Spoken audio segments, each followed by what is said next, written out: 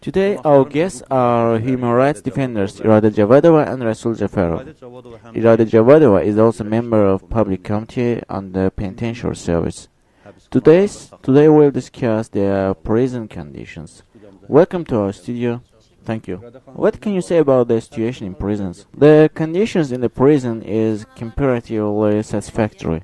As you know, an investigation as later has been launched.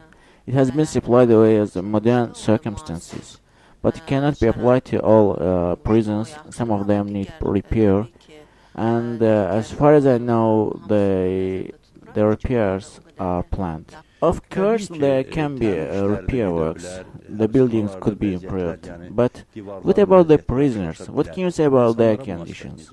It is completely true. The view of the prison buildings is a separate issue, and the ensuring of the rights of prisoners in prison is a completely different issue.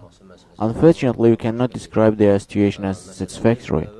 As of last 6 months, we have been carrying out a project on ensuring prisoners' rights for early release.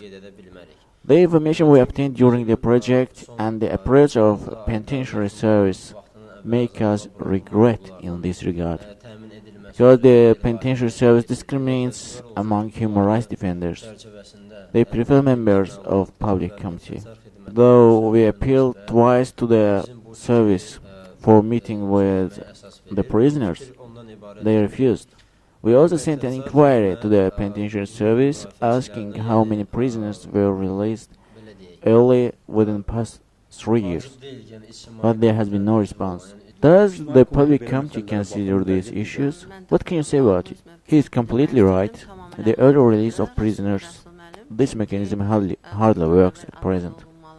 The number of early released prisoners is very few. We don't know on what principles they are released early.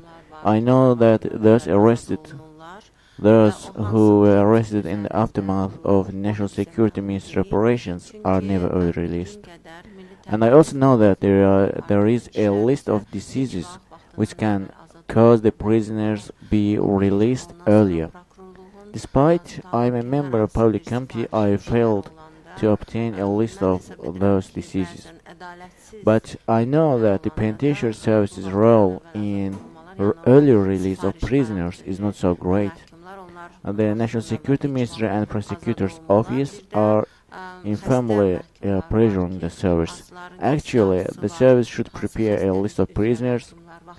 Then it is sent to National Security Ministry and the Prosecutor's Office. And then they decide who can be released, who cannot, and finally the list is sent back to the penitentiary service. The procedure is this.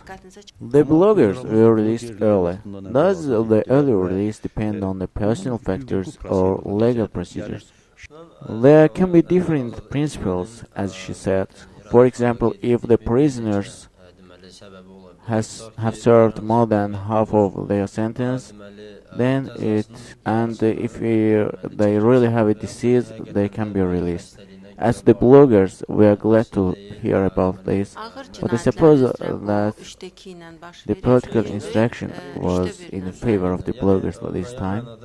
However, as you know, the bloggers' issue was on the focus of international community.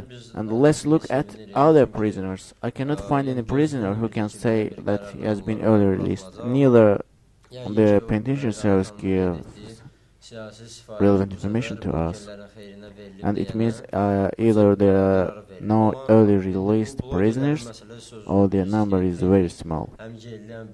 No, there were prisoners who have been released early, but their number is very small. And I reiterate that we are not aware of the principles of early release. You mean that there is no legal procedure? No, there is. The prisoners arrested on grave crimes can be released after serving 2/3 of their sentence. But even if they appeal for early release, they must get an unofficial approval of the law enforcement agencies. Otherwise, they will not be released, even if they go to the court. And the prisoner must get a positive reference from the penitentiary service. who sometimes refuse to give it. What is the difference between Soviet prisons and Azerbaijani, modern Azerbaijani prisons, from the angle of tortures or treatment and so on? There are great changes now. There are big differences. Recently, the prisoners have been provided with a right to phone to their relatives. Now they can speak to their family or other relatives. Recently, I also visited Kurdahane Investigative Prison to meet my defendant. And he told me that all of the prisoners even have their own radios. And they also have a TV station. They are provided with books as well. But it is not the case in all prisons.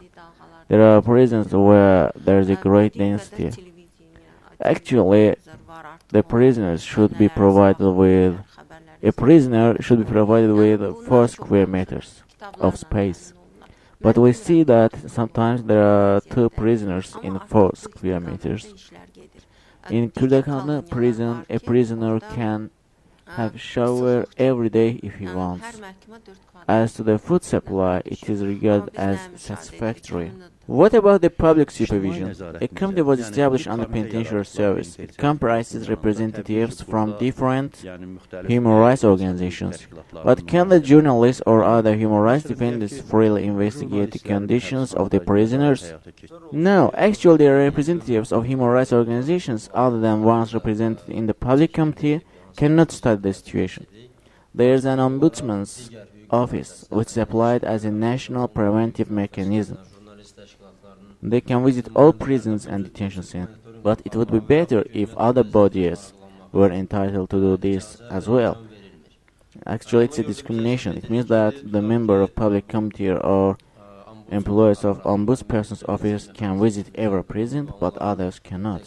Thank you for coming to our studio. Today our guests were human rights defenders Irada Javadova and Rasul Jafarov. Irada Jafarov is also a member of public committee on the penitentiary service. Sağ olun. Sağ olun.